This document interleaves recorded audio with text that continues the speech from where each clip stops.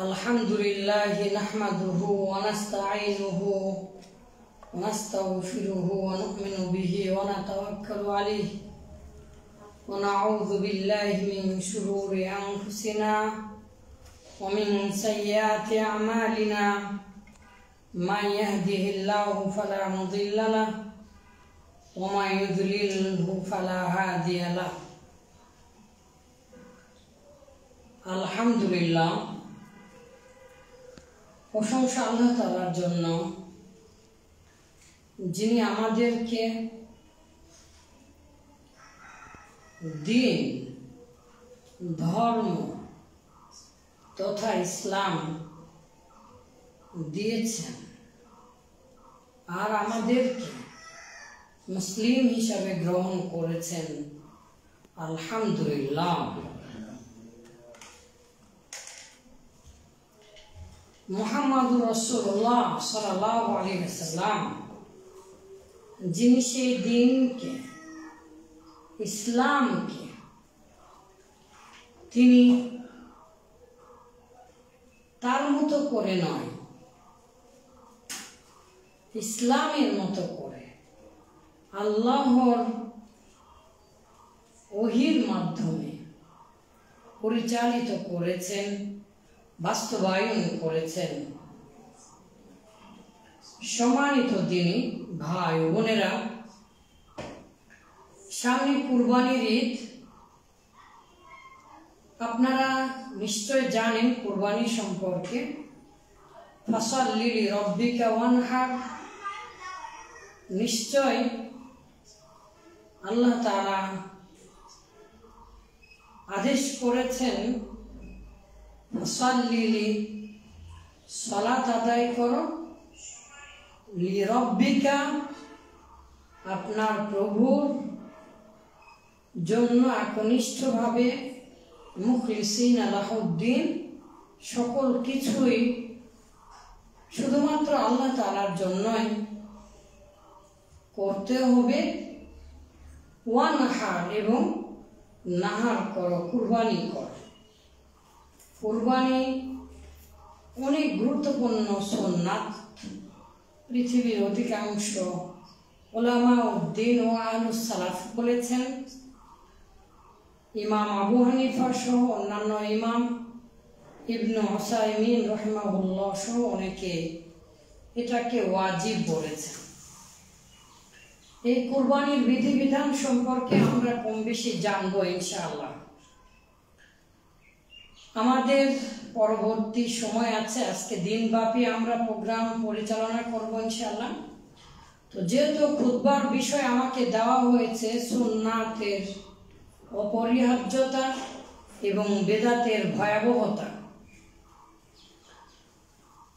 আমাদের হালকা আছে একটা হালাকা, সেই হালকায় জিকির নয়, সেই হালাকাতে আমরা ব্যক্তি পর্যায়ে, সমাজ পর্যায়ে নিজেদের মধ্যে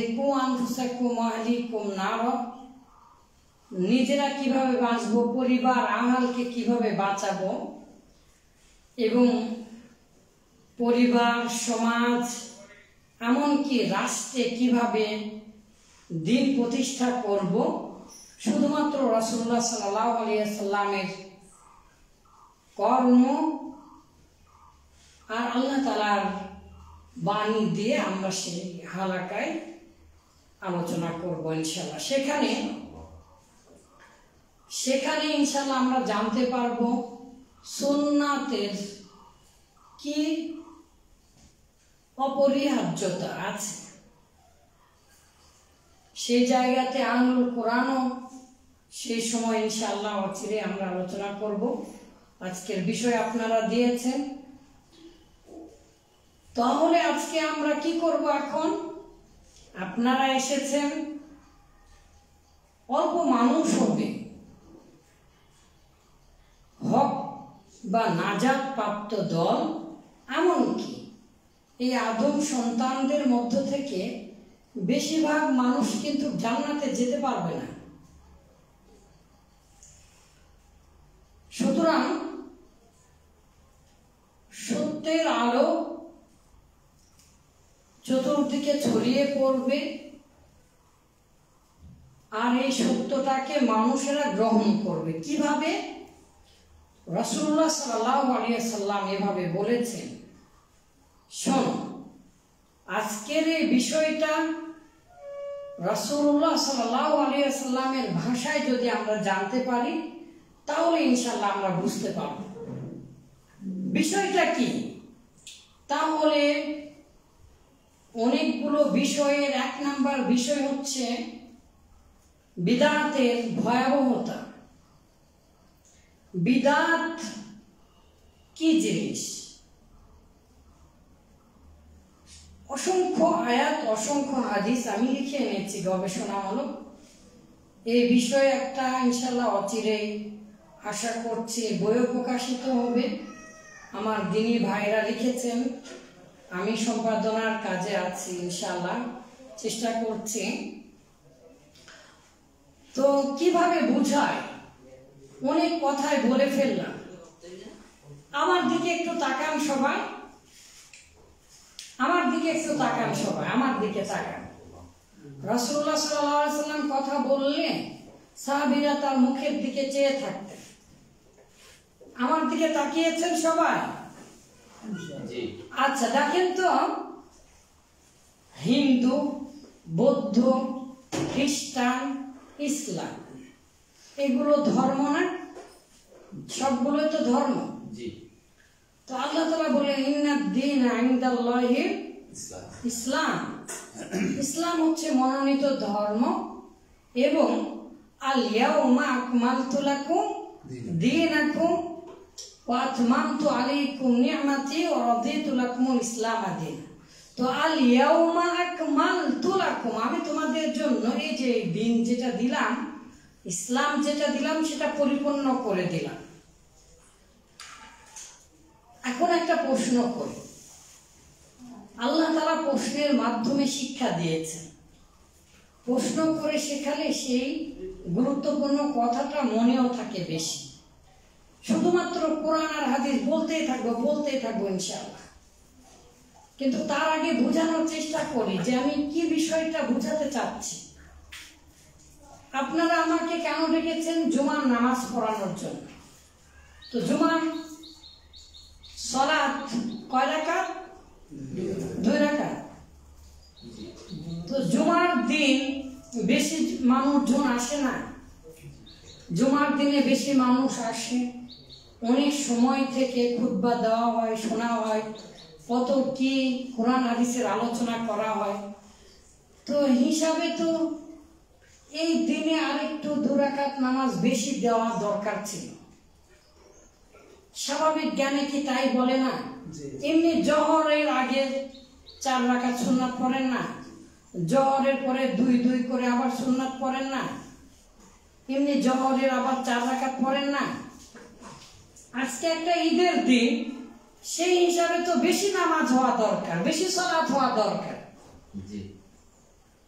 কিন্তু আল্লাহ তাআলা 2 রাকাত করে দিয়েছে। আচ্ছা, আপনাদেরকে এখন বলি, আমি তো এত কষ্ট করে আসলাম, আমি যদি একটু আল্লাহকে খুশি করার জন্য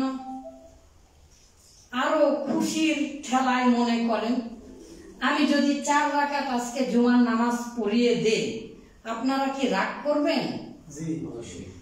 মেনে নেবেন আপনারা?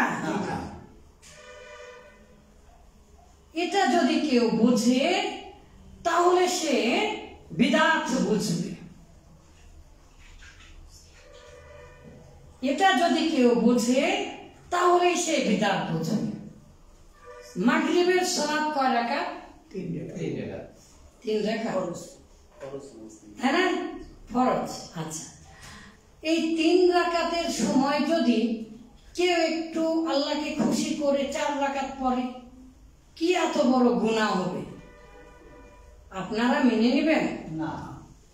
এই বাংলার জমিনে যত আলিম ওলামারা, বেদাতি আলিম ওলামারা আছে, সবাই একই যুক্তি দেয় যে আমি আল্লাহকে খুশি করার জন্য বেশি করে ইবাদত করলে সমস্যা কি? এই একটা যুক্তি সবাই দেয় না? জি জি। তো এই যে তাকে যে বলবেন যে আমি মাগরিবের নামাজ 3 তিরিকে 9 রাকাত পড়ব, আপনি যে এত আল্লাহওয়ালা মানুষ, ফরজ নামাজে আপনি 9 রাকাত পড়বেন, মেনে নিবে? সে নিজেও তো মানবে না। তার মানে বোঝা যাচ্ছে যেটা ইবাদত হবে, যেটা আল্লাহ তাআলা বলে দিয়েছেন, রাসূলুল্লাহ সাল্লাল্লাহু আলাইহি সাল্লাম বাস্তবায়ন করে দিয়েছেন, সেই বিষয়ে বাড়ানো যাবে না, কমানো যাবে না। এখন আসি ধর্মের কথা কেন বললাম, ইহুদি খ্রিস্টান বৌদ্ধ তাদের কথা কেন বললাম? আপনার কাছে যদি ধর্মে অতিরিক্ত কোন ইবাদত করা, রাসূলুল্লাহ সাল্লাল্লাহু আলাইহি সাল্লাম যেভাবে শিক্ষা দিয়েছেন, আল্লাহ তাআলা যেভাবে আদেশ করেছেন, কোরআন হাদিসে যেভাবে আছে সেভাবে থাকার পরেও তার চাইতেও যদি বেশি করা খারাপ না হয়, তার চাইতেও যদি বেশি করা বিদআত না হয়, ইসলাম ধ্বংস হওয়ার কারণ যদি না হয়, তাহলে একই যুক্তিতে আমি প্রমাণ করে দিতে পারবো ইহুদি, খ্রিস্টান, বৌদ্ধ, হিন্দু সকলের ধর্ম সত্য। নাউজুবিল্লাহ। কেউ কি মেনে নেবেন? আপনারা কোন মুসলিম, এই বিশ্বের কোন মুসলিম মানবে এই কথা বললে?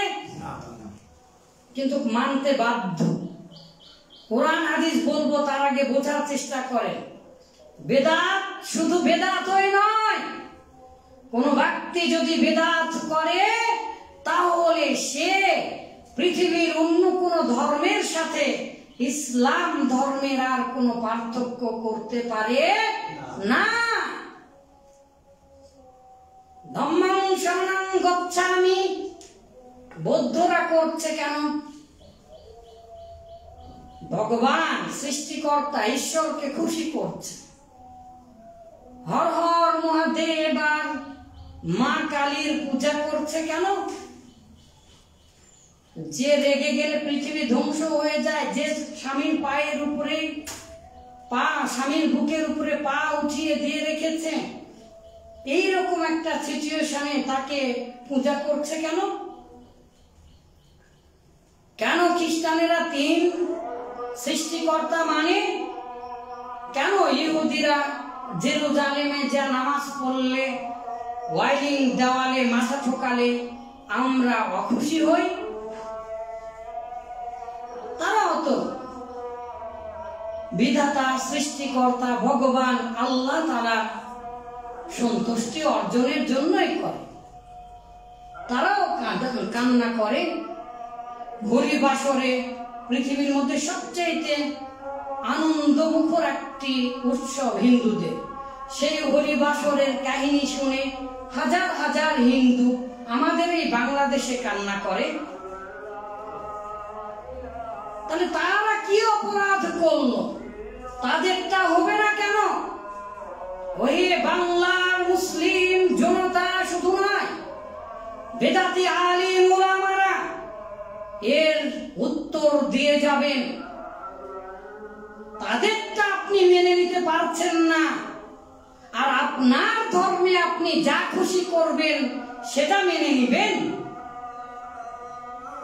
কখনো কেউ যদি বেদাত করে, ইসলাম ধর্মে বেদাত করা মানে সে অন্য ধর্ম আর ইসলাম ধর্মের মধ্যে কোনো পার্থক্য থাকলো না। অন্য ধর্মে যা খুশি তাই করতে পারে, ইসলাম ধর্মেও আপনি যা খুশি তাই করতে পারবেন, তাহলে বেদাত। এই জন্য রাসূলুল্লাহ সাল্লাল্লাহু আলাইহি সাল্লাম এই জুমার দিন এই যে আমার দিকে তাকান, এই খুতবার সময় বেশিরভাগ দিনও খুতবাতুল হাজা এই খুতবাটা পড়তে কোট করেছে। এবারে তাহলে শোনেন, আপনি যেমন কোনো ভালো, আমি আল্লাহর জন্য কেঁদে 4 রাকাত জুমার নামাজ পড়াবো, আমি আল্লাহর জন্য কেঁদে 9 রাকাত মাগরিবের ফরজ পড়াবো, আপনি মেনে নেবেন না। ঠিক একই যুক্তিতে অন্য ইবাদতে কেন তাহলে আপনি বাড়াবাড়ি করছেন? ইসলাম কি কারো পৈতৃক সম্পত্তি? না। ইসলামটা আমরা কিভাবে পেয়েছি? ওহীর মাধ্যমে পেয়েছি। ওহীটা দিয়েছে কে? আল্লাহ তাআলা দিয়েছেন। কার মাধ্যমে? জিবরাইলের মাধ্যমে। কার উপরে নাযিল হয়েছে? মুহাম্মদুর রাসূলুল্লাহ সাল্লাল্লাহু আলাইহি সাল্লাম। তাহলে মুহাম্মদুর রাসূলুল্লাহ সাল্লাল্লাহু আলাইহি সাল্লাম ইসলামকে রক্ষা করার জন্য আল্লাহ তাআলার আদেশে এই কথা বলছেন। শোনো, মা ফারাতনা ফিল কিতাবি মিন শাইইন। আল্লাহ তাআলার কথা আল্লাহ রাসূল সাল্লাল্লাহু আলাইহি সাল্লাম তেলাওয়াত করে বলছেন, ওহী নাযিল হচ্ছে।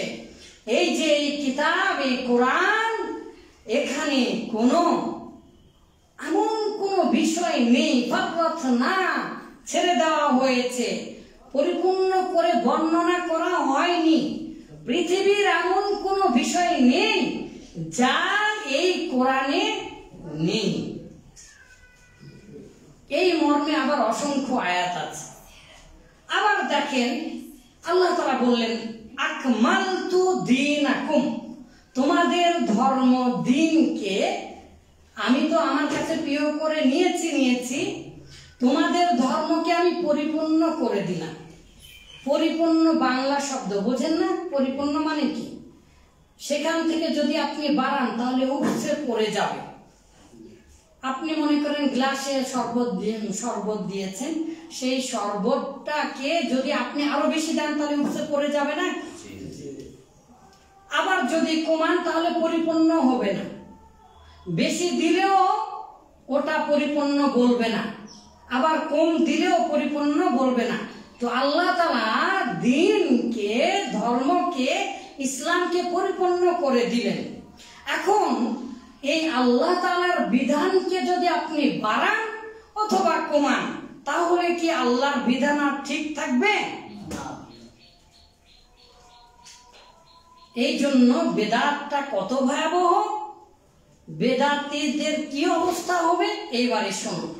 তাই আল্লাহ তাআলা সাবধান করে বলছেন, কুল হাল নুনাব্বিউকুম বিল আকসারিনা আমালা।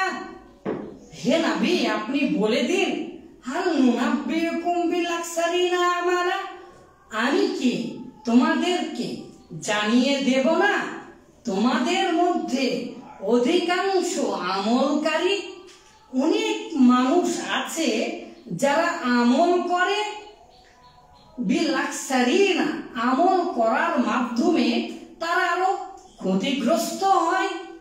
এই যে সালাতটা বেদাত করতে হবে না, অমনোযোগের সাথে যদি করেন তাহলে জাহান্নামে যাবে। যেমন তেমন জাহান্নাম না, ফাওয়াইলুল লিল মুসাল্লিন, ওয়াইল নামক জাহান্নাম। ওয়াইল হচ্ছে একটা গর্ত। পৃথিবীর অধিকাংশ তাফসীর কারকগণেরা সেটাই বলেছেন, জাহান্নামের একটা গর্ত। আপনাদের এই নিচু এলাকা, সবচাইতে বেশি নদী আছে আপনাদের এই অঞ্চলে, বরিশাল বিভাগে। তো নদীর মধ্যে যখন নিচু কোনো জায়গা থাকে, দও বলেন বা গর্ত বলেন, ডিপ বলেন, গভীরতা বলেন, সেখানে বেশি মাছ অনেক কিছু থাকে না? তো জাহান্নামের মধ্যে সবচেয়ে নিম্ন যে জায়গাটা একটা গর্ত, সেই গর্তে এই যে আপনি সালাত পড়তে এসেছেন কিন্তু আপনার মনোযোগ নেই, বাস আপনি জাহান্নামে চলে গেলেন। বাড়াবাড়ি করা তো দূরের কথা, অমনোযোগী হলে যদি জাহান্নামে যেতে হয় তাহলে এই সালাতে যদি আপনি বাড়ান অথবা কমান, তাহলে আপনার জন্য কোন জাহান্নাম আছে? সম্মানিত দিনী ভাই, আল্লাহ তাআলা বলছেন, আল্লাযীনা দাল্লা সাইয়ুহুম ফিল হায়াতিদ দুনিয়া। এই যে অনেক মানুষ আছে দুনিয়াতে, তারা চেষ্টা করে, আমল করে, ওয়া হুম ইয়াহসাবুনা, তারা মনে করে আন্নাহুম ইয়াহসিনুনা সুনা, তারা অনেক ভালো কাজ করছে, কিন্তু আসলে তাদের ভালো আমলগুলো তাদের জন্যই ক্ষতির কারণ হয়ে দাঁড়াচ্ছে। কেন? মহান আল্লাহ তাআলা বলেন, আল্লাযী খলাকাল মাউতা ওয়াল হায়াতা লিয়াবলুয়াকুম আইয়ুকুম আহসানু আমালা। আইয়ুকুম লিয়াবলুয়াকুম, আমি তোমাদেরকে তো এই জন্য সৃষ্টি করেছি, তোমাদেরকে আমি জীবন দিয়েছি, মৃত্যু দেব। আগে আমি মৃত্যুকে সৃষ্টি করেছি, তারপরে জীবনকে সৃষ্টি করেছি। আমাদের এই জীবন এবং মৃত্যু এটা মূলত মাখলুকাত, কিয়ামতের দিনে মৃত্যুকে জবাই করা হবে। তো এই জীবন এবং মৃত্যুকে আল্লাহ তাআলা সৃষ্টি করলেন কেন? আমাদের মধ্যে কেন জীবন দিলেন? আল্লাহ তাআলা নিজেই বলছেন, লিয়াবলুয়াকুম, যেন তিনি সেই আল্লাহ তোমাদেরকে পরীক্ষা করেন, পরীক্ষা করবেন। কি পরীক্ষা করবেন? আইয়ুকুম আহসানু আমালা। ভালো করে বোঝার চেষ্টা করেন।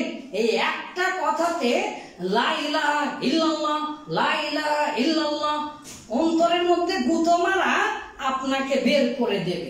এই একটা কথার মাধ্যমে সারা জীবন যে আপনার অন্তর পরিষ্কার করছেন হালকায় জিকিরের নামে, এত আপনার অন্তর খারাপ হয়ে গেছে। সি সি সি সি, আপনি এত খারাপ মানুষ যে আপনার অন্তরকে পরিষ্কার করার জন্য সকাল সন্ধ্যা শুধু আল্লাহর নাম দিয়ে আপনি প্রেসার ক্রিয়েট করছেন। আপনি তো আর আপনি নেই, আপনি প্রেসার কুকার হয়ে গিয়েছেন। আপনি আল্লাহর নাম দিয়ে আপনার অন্তরকে গুঁতো মেরে আপনি আপনার অন্তর পরিষ্কার করতে চাচ্ছেন। আল্লাহর নাম কি ডিটারজেন্ট পেয়েছেন? বদমাইশ, বোঝার চেষ্টা করতে হবে।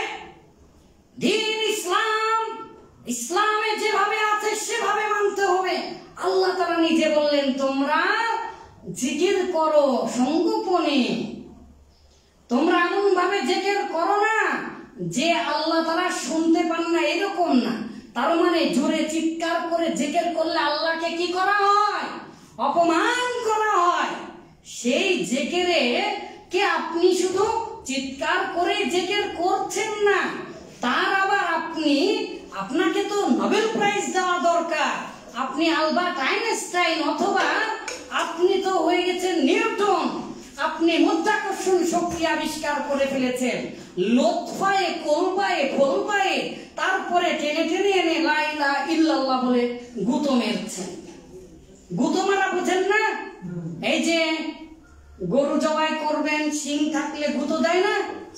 আপনি গুঁতো মারছেন আপনার অন্তরের মধ্যে। Hints is enough for wise. সব সময় কি নাম ধরে বলতে হবে? বেদাত করা যাবে না, নেবা, কোনো আপোষ নেই বেদাতের সাথে। বেদাত করলে ইসলাম আর থাকে না। সরাসরি রাসূলুল্লাহ সাল্লাল্লাহু আলাইহি ওয়াসাল্লামের কথা একটু পরে আসতেছে।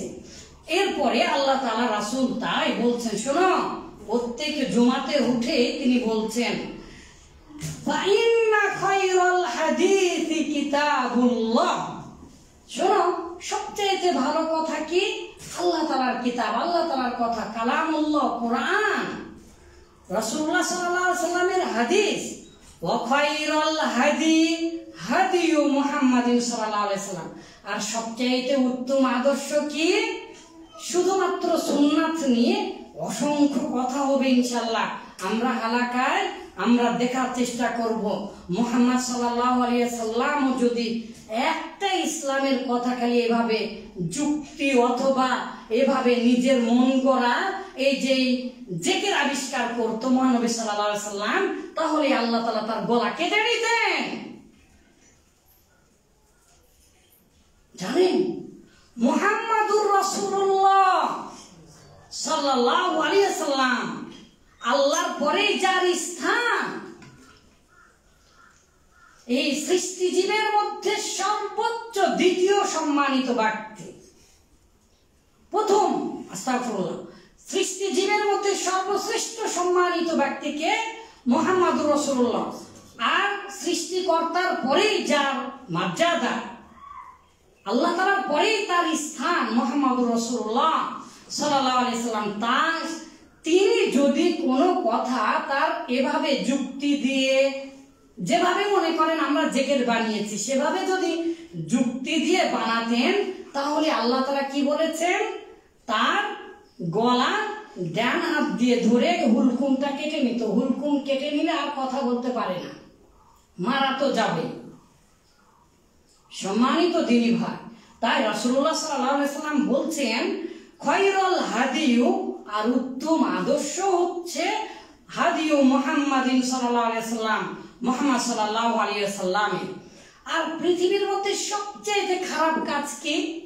অশাররুল উমুরি, সবচেয়ে খারাপ কাজ হচ্ছে মুহদাসাতুহা, সবচেয়ে খারাপ কাজ হচ্ছে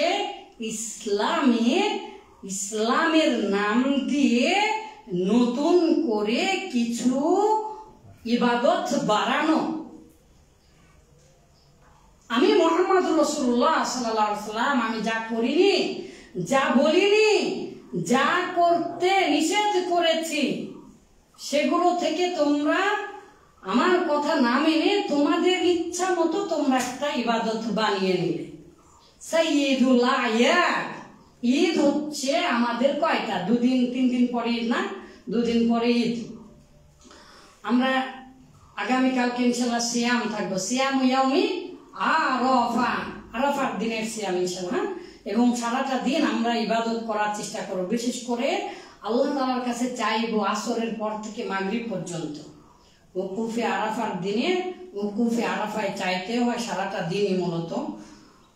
আচ্ছা, যাই হোক, মুহাম্মদুর রাসূলুল্লাহ সাল্লাল্লাহু আলাইহি সাল্লাম বললেন যে সবচাইতে নিকৃষ্ট কাজ হচ্ছে কি? বিদআত করা, ইসলামের নামে কোনো জিনিস বাড়িয়ে বানিয়ে ইবাদত করা, অথবা যে পরিমাণ ইবাদত করার কথা সেভাবে না করে আরো একটু বেশি করা অথবা কম করা। যদি এরকম করো তাহলে কি হবে? শুনে রাখো, কুল্লু বিদআতিন দালালা, প্রত্যেক বিদআত সৃষ্টিকারী তারা তো শয়তান। খত্তালানা রাসূলুল্লাহ সাল্লাল্লাহু আলাইহি ওয়াসাল্লাম, কয়টা হাদিস বলেন? এমন একটা বিষয়, যতগুলো হাদিস সংক্ষিপ্ত বলার চেষ্টা করছি, সময়ের দিকে বারবার তাকাচ্ছি, ঘড়ি ঠিক আছে না? আমার দিকে তাকান, আমার দিকে না তাকালে এই বিষয়টা বুঝতে পারবেন না। অনেক বড় বড় কঠিন কথা বলে ফেলে দিয়েছে। হ্যাঁ, কেউ একটু যদি আমার মতো করে যদি না বোঝে, আপনি আপনার মতো করে বুঝলেও আমার কথা ভুল বুঝতে পারবেন। আমি কোন উদ্দেশ্যে বলছি সেটা আগে বোঝার চেষ্টা করেন। আমি বলেছি, যদি বেদাত যদি থাকে ইসলামে, বেদাতকে যদি আপনি ইসলাম থেকে বাদ না দেন, তাহলে পৃথিবীর কোন ধর্ম আর ইসলামের পার্থক্য থাকবে না। এই জন্য বেদাত, আল্লাহ রাসূল নিজেই বলেছেন, বেদাত হচ্ছে ইসলামকে ধ্বংস করে দেয়। শুধু বেদাত ধ্বংস করে দেয়, যারা বেদাতি করে ইসলামের নামে, ইসলাম ধর্মে, তাদেরকে যারা আশ্রয় দিবে, খেতে দিবে, সম্মান করবে, সালাম দিবে, তারাও ইসলামের ধ্বংস করে। আপনার মতো একজন মানুষ, আপনি যদি কোনো বেদাতি হুজুরকে সালামও দেন, সালাম দেওয়া বোঝেন না, আর এক এক করে যদি বেদাতের কথা বলতে শুরু করি, সুবহানাল্লাহ, তাহলে কয়জন হুজুর যে সঠিক পাওয়া যাবে আল্লাহই ভালো জানে। অন্তত আর যাই হোক, এখান থেকে আমি ঢাকায় ফিরে যেতে পারবো না। নাম ধরে যদি আমি এখনই বলি যে আপনারা কি কি বেদাত করেন, এই যে এখানে এসে যে লাল বাতি জ্বলিলে সুন্নাত নামাজের সময় নেই, মারা দিয়েছেন একটা বেদাত। আল্লাহ তাআলা মসজিদে নামাজ পড়াকে আপনি লাল কাঠ দেখিয়ে সুন্নাতকে খেলোয়াড়ের মতো আপনি আম্পায়ার হয়ে বের করে দিয়েছেন। এই যে বদমাইশ হুজুর, আপনি কি সর্বনাশ কথা লিখে দিয়েছে।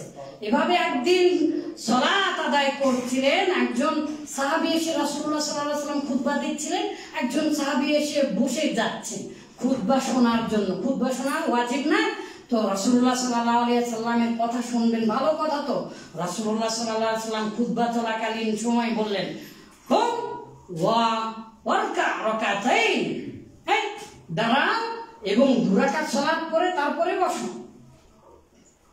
আপনি যখনই মসজিদে ঢুকবেন 2 রাকাত সালাত পড়বেন, কিন্তু কি লিখে দিয়েছে, লাল বাতি জ্বলিলে সুন্নাত নামাজের সময় নেই, অথবা পরে সুন্নাত নামাজের সময় দেয়।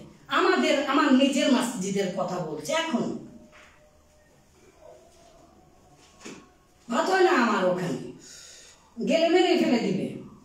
সম্মানিত দিনী ভাই, বোঝার চেষ্টা করুন সত্য জিনিসটা কি।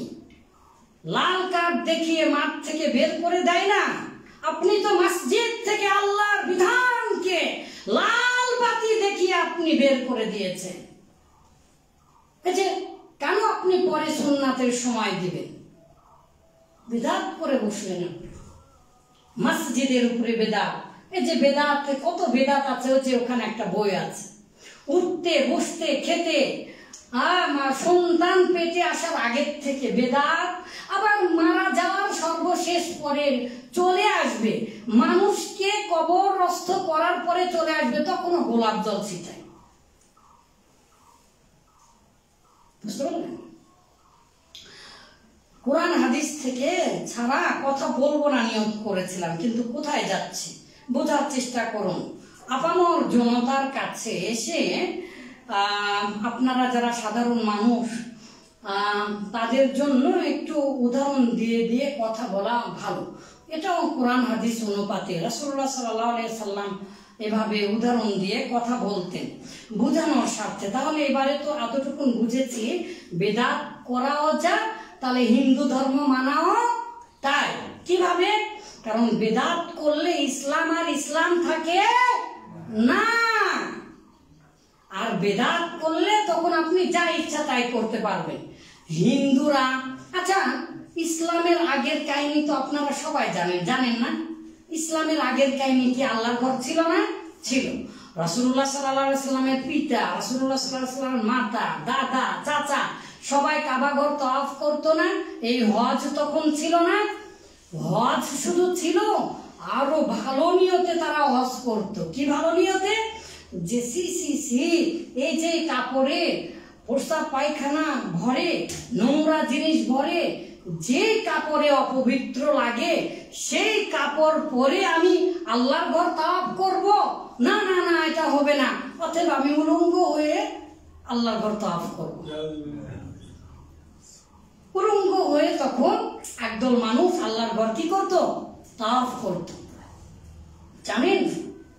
তাহলে সেই আধুনিক যুগের যুক্তি যদি হতো, তাহলে তো বলতো তাহলে আপনার পেটের মধ্যেও তো নাপাকি আছে, তাহলে আপনার পেটটা কেটে তারপরে তাওয়াফ করেন নাকি? যুক্তিতে ইসলাম চলবে না। তাই রাসূলুল্লাহ সাল্লাল্লাহু আলাইহি ওয়াসাল্লাম বলছেন, শোনো, রিওয়ায়াত গুলো বাদ দিচ্ছি, তাছাড়া সময় নেই। মান আহদাসা ফি আমরিনা হাযা, এই যে আমাদের দিন ধর্ম দেখছো না, ইসলামের মধ্যে প্রবেশ করেছো, লা ইলাহা ইল্লাল্লাহর শর্ত কি কি তার উপরে আজকে পরীক্ষা হবে, পুরস্কার দেওয়া হবে ইনশাআল্লাহ। হ্যাঁ, আপনারা সবাই থাকবেন। কালিমা আমরা জানি না, কালিমা কাকে বলে তাও জানি না। কালিমা আবার কয়টা কালিমা বানিয়েছে, আল্লাহু আকবার। আর আমরা মরার সময় শিরক করে বসি, বলো বলো বলো লা ইলাহা ইল্লাল্লাহ মুহাম্মাদুর রাসূলুল্লাহ। তো মরার সময় মুহাম্মাদুর রাসূলুল্লাহ ওভাবে আপনাকে হাদিসে বলতে ওভাবে নিষেধ করেছে, বলতে হবে লা ইলাহা ইল্লাল্লাহ এই পর্যন্ত। হ্যাঁ, মুহাম্মাদুর রাসূলুল্লাহ এই সাক্ষ্য দিতে পারবেন, এর মধ্যে দুটো শাহাদা আছে, সেটা বলছি না। সম্মানিত দিনী ভাই, আসুন, রাসূলুল্লাহ সাল্লাল্লাহু আলাইহি ওয়াসাল্লাম বলছেন যে তোমরা দিন ধর্ম দেখছো, এখানে যদি তোমরা কোন জিনিস বৃদ্ধি করো, সৃষ্টি করো, কি করো? বৃদ্ধি করো, সৃষ্টি করো, তাহলে তোমরা কি হবে? মা লাইসা মিনহু, যা এই যে আমি করলাম না, আমার ইসলামে নেই, আল্লাহ তাআলা আদেশ দেয়নি, আমি তোমাদেরকে করতে বলিনি, এইরকম কাজ যদি করো তাহলে সেটা কিন্তু আমাদের ধর্মের মধ্যে নয়, সেটা আমাদের ধর্মের মধ্যে নয়। লাইসা আলাইহি আমরুনা ফাহুয়া রাদ্দুন, যে আদেশের এমন একটা কাজ তুমি করছো সেই বিষয়ে কোনো আদেশ দেওয়া নেই। কি নেই? আদেশ দেওয়া নেই। আমি আদেশ করিনি, আল্লাহ আদেশ করেননি, আমি মুহাম্মদ তোমাদেরকে বলিনি যে এই কাজটা করো, তাহলে সেটা বেদা। আল্লাহ রাসূল নিজের মুখে এত সুন্দর সহজ একটা সংজ্ঞা দিয়েছে। পৃথিবীর সকল আলিম, প্রত্যেক বেদাতি এই বাংলাদেশের সবাই এটা মুখস্থ করেছে, সবাই জানি এই হাদিস। আমি মূর্খ মানুষ, আপনি অনেক জ্ঞানী, এর দ্বারা কি বুঝলেন? আমি মূর্খ মানুষ, আমি বুঝতে পারছি লাইসা আলাইহি আমরুনা, যে বিষয়ে আমি মুহাম্মদ তোমাদেরকে করতে বলিনি সেটা করো না। এখন মুহাম্মদ সাল্লাল্লাহু আলাইহি সাল্লাম নিজেই তার জন্মদিন পালন করলেন না, 2 লক্ষ 2.5 লক্ষ সাহাবী করলেন না, 4 ইমাম করলেন না। আপনি এবারে ঈদ বানিয়েছেন সাইয়্যিদুল আয়াদ, ঈদে মিলাদুন নবী। দেখছেন রাসূলুল্লাহ সাল্লাল্লাহু আলাইহি সাল্লাম 2টা ঈদ দিয়েছেন। আল্লাহ রাসূল সাল্লাল্লাহু আলাইহি সাল্লাম বলেন কদ আবাদালাকুমুল্লাহু বিহিমা, আল্লাহ তোমাদের জন্য 2টা ঈদ দিলেন। কয়টা ঈদ দিলেন? 2টা। আর আমরা ফকিন্নি বাঙালি জাতি কিছু মন খারাপ করেন না, আসার সময় খুবই কষ্ট পেয়েছি। ভাই আপনি আমাকে বিষয় দিয়েছেন ইসলাম প্রতিষ্ঠা করা, সবার কাছ থেকে যে ভাড়া নিয়েছে তার চাইতে আমার কাছ থেকে বেশি ভাড়া নিয়েছে। বুঝতে পারছে বাঙালি যে হ্যাঁ এ তো চাকায় পড়ে গেছে, চিপায় পড়ে গেছে, বুঝেন না? নিয়ে আসলো তো ও যে বাসের সিট ছাড়া কি যেন বলে বক্সে, তারপরে আবার বেশি ভাড়া নিয়েছে। প্রত্যেক ইয়াতে আছে, ভাড়ার তালিকায় আছে মনে করেন 550, 750 এরকম, কিন্তু কারো 200 টাকা, 300 টাকা, 100 টাকা বেশি নিচ্ছে। বাস আলাদের কথা বাদ দিলাম, কিছুদিন আগে 35 কোটি টাকায় যে শুধু ভাড়া বাবদ কেটে নিয়েছে বাংলাদেশের বিমান বাহিনী। দেশের কথা বলা যাবে না, বললে পরে ভুলছে রাজশাহীর ভাষায়। হ্যাঁ, দিনের কথা বলতে আসছি, দিনই বলি, কি করব বলে? করার কিছু নেই, বলার কিছু নেই, চেষ্টা করতে হবে। অন্তত নিজে বাঁচেন, নিজের পরিবারকে বাঁচান। কিভাবে? মহানবী সাল্লাল্লাহু আলাইহি ওয়াসাল্লাম বললেন, শোনো, যদি তোমরা এরকম করো তাহলে কি হবে? নো কম্প্রোমাইজ উইথ বেদাত। বেদাত যদি করো তাহলে তুমি তো ইসলাম ধ্বংস করছো। এজন্য কুল্লু বিদআতিন দালালা ওয়া ফি রিওয়ায়াতিন ফি তিরমিজি ওয়া কুল্লু দালালাতিন ফিন নার। প্রত্যেক বিদআতকারী জাহান্নামে থাকবে। কোথায় থাকবে? জাহান্নামে। রাসূলুল্লাহ সাল্লাল্লাহু আলাইহি সাল্লামের বাবা, মা, দাদা সবাই তাদের যে ঈমান ছিল জানেন, আমাদের এই যে বরিশালের জমিনে এমন মানুষ আমি চিনি যাদের সেবা যত্ন করেছি, গাও টিপা দিয়েছি, তাদের কথা বলছি। আবু জেহেল অথবা সাইবা, তাদের যে ঈমান ছিল আল্লাহ বিষয়ে, এই ঈমানটুকুও নেই অনেকের মধ্যে। তারা জানতো যে আমি এই হবল হজ্জালা এদের পূজা করছি, এরা মূলত আল্লাহ নয়, এরা মূলত ভগবান নয়, এরা আল্লাহ তাআলার কাছে আমার কথা সুপারিশ করবে। হজ্জা, লাত, হুবল সবচেয়ে বড় মূর্তির নাম। হুবল সবচেয়ে বড় মূর্তি। সেই হুবলকে তারা দেবতা মনে করতো না, মনে করতো এটা একজন ভালো মানুষ, সে আমাদের কথা পৌঁছে দিবে কোথায়? আল্লাহর কাছে। আর আমাদের এই যে আপনাদের এই অঞ্চলেরই নদী বিধৌত না, নদী ডোবা মানুষেরা মরুভূমিতে জাহাজ চালিয়ে আপনাদেরকে জান্নাতে নিয়ে যাবে। বুঝতে পারছেন? বলে না? সম্মানিত দিনী ভাই, বোঝার চেষ্টা করুন। সবচাইতে বড় কাবা ঘরের সামনে ছিল হুবল না লাত, যে একটু কনফিউশন হচ্ছে, সবচাইতে বড় মূর্তি। সেই মূর্তিকে কিন্তু তারা আল্লাহ বলতো না, বরং আবু জেহেল অথবা সাইবা বলতো লা ইয়াকুলুনাল্লাহ, এই আসমানকে সৃষ্টি করছে, এই জমিনকে সৃষ্টি করেছে, এই যে এই যে এই যে এই যে, তারা নির্দ্বিধায় এক কথায় বলে দিত আল্লাহ আল্লাহ আল্লাহ আল্লাহ। রাসূলুল্লাহ সাল্লাল্লাহু আলাইহি ওয়াসাল্লামের বাবার নাম কি বলতে পারছেন না? বলেন আব্দুল্লাহ। আব্দুল্লাহ মানে কি? গোলাম।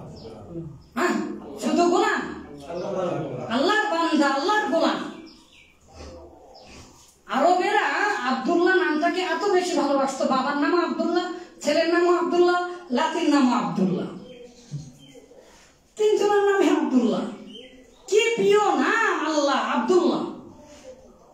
সে আব্দুল্লাহ নাম রাখার পরেও হাদিসে পাওয়া যায় রাসূলুল্লাহ সাল্লাল্লাহু আলাইহি ওয়াসাল্লামের পিতা আছে জান্নাত।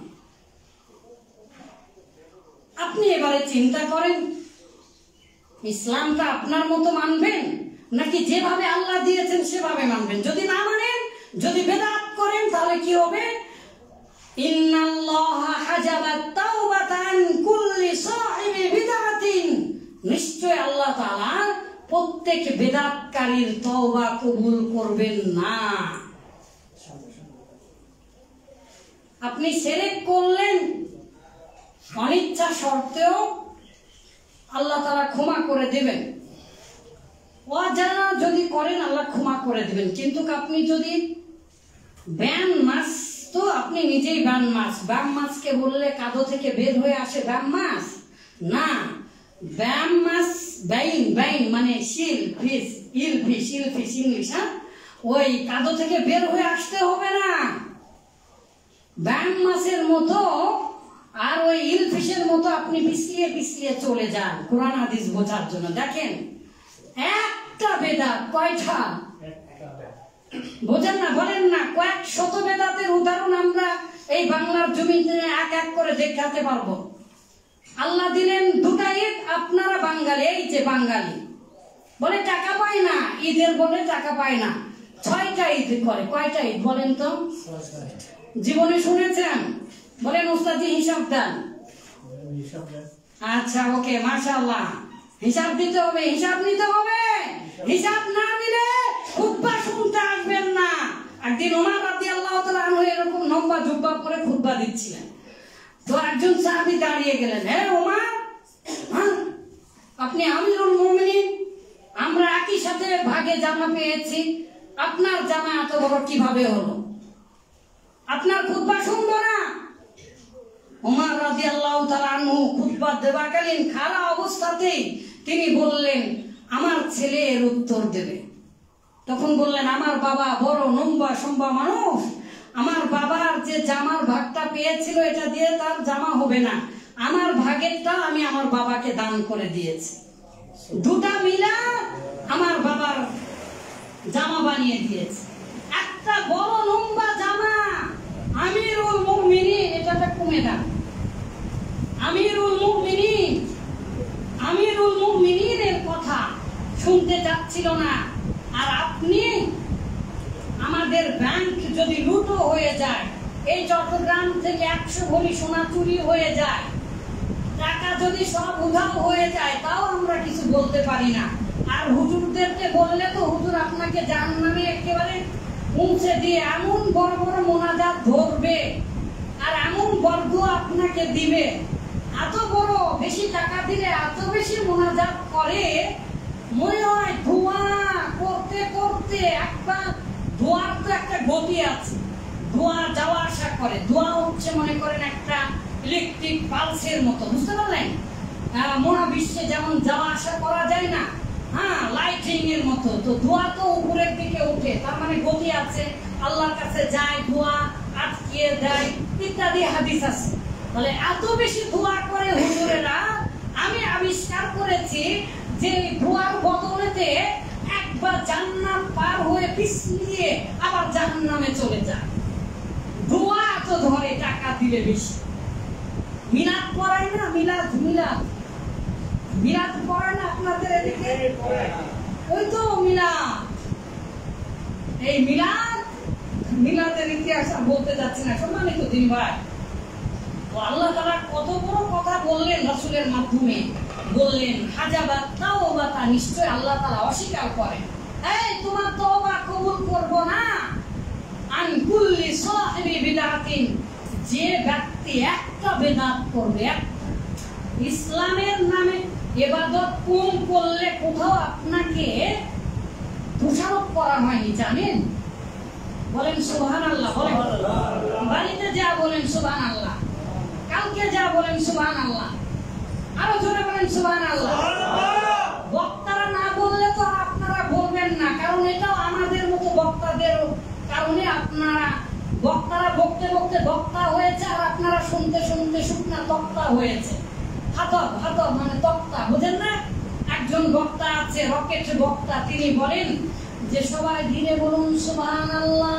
ওরে সুবহানাল্লাহ বাঙালিরা উল্টা বোঝে। কিভাবে? বাঙাল দেশে প্রবাদ আছে, উল্টা বুঝিল না। যে বাংলা ভাষার প্রবাদ হচ্ছে দেবতারা উল্টা বোঝে, সেই বাংলা ভাষা আমি বলতে আসিনি। সুকুমার রায়ের কি বললাম এখানে, অন্নদা কুমারী যিনি জীবনানন্দ দাশের মা, আমাদের দেশে হবে সেই ছেলে কবে কথায় না বড় হয়ে কাজে বড় হবে, অথবা ধূসর পাণ্ডুলিপি বনলতা সেন বলতে আসেনি। কোরআন হাদিস বোঝার চেষ্টা করুন। উল্টা বুঝিল রাম বক্তৃতা করে আর বলে সবাই এবার ধীরে বলুন সুবহানাল্লাহ। বক্তৃতার প্রভাব দেখেন, বক্তৃতা শুনে এবারে সব বাঙালিরা বুঝতে পেরেছে এইবারে বলতে হবে, জোরে বলতে হবে সুবহানাল্লাহ। তারেক মনোয়ার আবার বলেন যে সবাই ধীরে বলুন সুবহানাল্লাহ, এবারে বাঙালিরা আরো জোরে বলে সুবহানাল্লাহ। আমরা এখনো বলতেই পারি না সুবহানাল্লাহ কখন বলতে হবে, ইনশাআল্লাহ কখন বলতে হবে। আর ইনশাআল্লাহ না বললে দুটা পৃথিবীর মধ্যে সবচেয়ে বড় বাদশা কি? সুলাইমান আলাইহিস সালাম। সুলাইমান আলাইহিস সালামের দোয়া আল্লাহ তাআলা কবুল করেন, সহিহ নিয়ত ছিল, বুখারীর হাদিস। কবুল করেননি, একসাথে 100টা সন্তান চেয়েছে, যে হে আল্লাহ 100টা সন্তান আমাকে দেন, আমি 100টা সন্তানকে মুজাহিদ বানাবো, আপনার পথে জিহাদ করতে দিব। একটা সন্তান হয়েছে ন্যাংরা খোরা কানা প্রতিবন্ধী। রাসূলুল্লাহ সাল্লাল্লাহু আলাইহি ওয়াসাল্লামের কাছে একদিন আসলেন ইহুদিরা জানার জন্য। রাসূলুল্লাহ সাল্লাল্লাহু আলাইহি ওয়াসাল্লাম বললেন আমি পরে তোমাদেরকে জানাবো। রাসূলুল্লাহ সাল্লাল্লাহু আলাইহি ওয়াসাল্লামের অন্তরের মধ্যে আছে যে আল্লাহ তাআলা ওহী করবেন, তারপরে আমি জানিয়ে দিব, কিন্তু ইনশাআল্লাহ বলেন। রাসূলুল্লাহ সাল্লাল্লাহু আলাইহি ওয়াসাল্লামের মনের মধ্যে ঠিকই চলছে যে আমি তো ওহী ছাড়া কিছু বলতে পারবো না, আমি তো জানি না। প্রশ্ন করলো তিনটা, যুলকারনাইন আর আসহাবে কাহফ। এই যে আসহাবে কাহফ প্রত্যেক জুমার দিনে পড়তে হয় কেন? ঈমান বৃদ্ধি পাবে। কাহিনীটা বুঝে বুঝে করেন। এই সেই কাহিনীর কথা বলছি, শানে নাজুল করে দেখুন। রাসূলুল্লাহ সাল্লাল্লাহু আলাইহি ওয়াসাল্লাম বলেন পরে জানাবো। তো কিছুদিন ওহী আসা বন্ধ হয়েছিল। সম্মানিত দিনী ভাই, আল্লাহ তাআলা রাসূল সাল্লাল্লাহু আলাইহি ওয়াসাল্লাম বললেন হাত্তা ইয়াদা বিদআতাহু, শুধুমাত্র তখনই তার তওবা কবুল হবে, সেই মুসলিম হবে যে একজন বেদাতি, সেই তখনই মুসলিম হবে যখন সে বেদাতটা ছাড়বে। তা না হলে সে মুসলিম নয়। কিছু কিছু সালাফি বিদ্বান গুণেরা বলেছে, তবে বেদাত একটা করেন আর 100টা করেন, করলেই জাহান্নামী। হাদিসে একাধিকবার এসেছে, একটা বেদাতের কথা এসেছে। শুধু তাই নয়, রাসূলুল্লাহ সাল্লাল্লাহু আলাইহি ওয়াসাল্লাম বলেছেন মান ওয়াক্কারা সাহিবা বিদআতিন, যে ব্যক্তি বিদআতিকে সাহায্য করলো, সঞ্চয় দিল, টাকা দিল, দান করলো, বেদাতকারীকে যে সঞ্চয় দিল, টাকা দিল, দান করলো, সহযোগিতা করলো, ফাকাদ আ'আনা আলা হাদামিল ইসলাম, সে ইসলাম ধ্বংসের কাজে সাহায্য করবে। আমার কথা নয়, রাসূলুল্লাহ সাল্লাল্লাহু আলাইহি ওয়াসাল্লামের কথা। প্রত্যেকটা হাদিসের যদি দলিল দিতে চাই তাহলে কি হয়ে যাবে, সময় পাওয়া যাবে না। তাই শুধু হাদিসগুলো বলছে, আগেই তো যুক্তি দিয়ে বুঝালাম। তাই রাসূলুল্লাহ সাল্লাল্লাহু আলাইহি ওয়াসাল্লাম বললেন, শোনো শোনো শোনো, ইন্নামা আখাফু আলা উম্মতি, শোনো ওহে মুসলিম, তোমরা আমার উম্মত না, তোমরা শোনো, আখাফু আলা উম্মতি, আমি খুব ভয় পাচ্ছি গো তোমাদের বিষয়ে, আমি খুব ভয় পাচ্ছি। কি বিষয়ে? আল আইম্মাতুল মুদিল্লিন, এই যে সকল হুজুরেরা ইসলামের নামে মিলাদ করে বেড়ায়, যারা যারা 5টা 2টা ঈদকে 6টা ঈদ করে ফেলেছে। আমি কিন্তু বলে যাইনি, মনে রেখেছি, ঠিক আছে? ওটা অ্যাট্রাকশন, 6টা ঈদ। আচ্ছা ঠিক আছে, ওটার উত্তর দিয়েই দে। সেটা কি? আল্লাহ তাআলা দিয়েছেন নববর্ষের পরিবর্তে ঈদ দিয়েছেন। আমরা নববর্ষ 2টা করি, হ্যাপি নিউ ইয়ার লেখে লেখে পা দিয়ে রাস্তায় লাথি মারি না, আমরা মারি, কিন্তু আবার বাংলা শুভ নববর্ষ লেখেও লাথি মারি, ঠিক আছে? তো আমরা উদযাপন করি 2টা নববর্ষ, হ্যাপি নিউ ইয়ার একটা, কাল বৈশাখী ঝড়ের মধ্যে ঝড়কে স্বাগত জানাই পান্তা ভাত খেয়ে। ওই ফকিন্নির বাচ্চা, তোর ওই বাপ দাদার 14 গোষ্ঠী পান্তার সাথে ইলিশ মাছ খেয়েছে। আপনারা তো বরিশালের লোক, চাঁদপুরের লোক, আপনারাই বলেন আপনাদের এখানে ইলিশের রাজ্য, কয়দিন পান্তা ভাত দিয়ে ইলিশ খেয়েছেন আপনারা? বাঙালির কোন কৃষ্টি কালচার মূলত নয় এটা। যাই হোক, সম্মানিত দিনী ভাই, তাহলে 6টা কিভাবে হলো? একটা হচ্ছে ঈদে মিলাদুন নবী, সেটাই বলে বলে বড় ঈদ, সাইয়্যিদুল আয়াত, সকল ঈদের সর্দার তার নাম দিয়েছে। পৃথিবীর কেউ কোনোদিন করলো না, রাসূলুল্লাহ সাল্লাল্লাহু আলাইহি ওয়াসাল্লাম করলেন না, 2 লক্ষ সাহাবীর কেউ করলেন না। এ বাবা, তুমি যদি করো ঈদে মিলাদুন নবী, ওটাও যদি একটা ঈদ বানাও, তাহলে তো তোমার উচিত হবে 15 দিন তোমাকে উদযাপন করা। কারণ রাসূলুল্লাহ সাল্লাল্লাহু আলাইহি ওয়াসাল্লাম কোন দিনে হয়েছেন সেই দিনটা হাদিস দ্বারা মানে একেবারে পৃথিবীর সবাই একমত যে সোমবারে, কিন্তু কত তারিখে হয়েছে এটা কেউ একমত না। সম্মানিত দিনী ভাই, তাহলে 2টা নববর্ষ, আরেকটা 2টা ঈদ, আরেকটা হচ্ছে ঈদে মিলাদুন নবী 5। আরে বাঙালি জাতি, বাঙালি জাতির বড় হাতিয়ার উৎসব সভা, ধর্ম যার যার উৎসব সবার বলে না, ওই ধর্ম যার যার উৎসব সবার, ঠিক আছে? অনেক মুসলিমেরা তো যায় হিন্দুদের মেলাতে। হিন্দু ভাইদেরকে আমি আহসান হাবিব দাওয়াত দিচ্ছি আমার বাড়িতে ঈদের দিনে খাবার জন্য। কয়জন হিন্দু ভাই আসে আমার সাথে বসে, এই পৃথিবীর সবচেয়ে বেশি আমিষ জাতীয় খাবার, সবচেয়ে বেশি শক্তি আছে, সেটা হচ্ছে উটের মাংস আর গরুর মাংসতে। গরুর মাংস দিয়ে আপনাকে আমি দাওয়াত দিলাম, আপনি চাইলে খাসির মাংস খেতে পারবেন, তারপরেও আসেন দেখি ঈদের দিনে। সম্মানিত দিনী ভাই, চাটুকারিতার চাটু কথা নয়, আমাদের দেশে হবে সেই ছেলে কবে, কথাই না বড় হয়ে কাজে বড় হবে। কুসুম কুমারী দাস জীবনানন্দ দাশের মার কবিতা নয়, কাজী নজরুল ইসলাম তাই বলেছে, কথায় যে পাকা নয় কাজে সে ঠন ঠন, কথায় যে পাকা হয় কাজেও সে টন টন। কথা যদি কারো না থাকে, কথা ও কাজের মিল না থাকলে তার ঈমান থাকে না।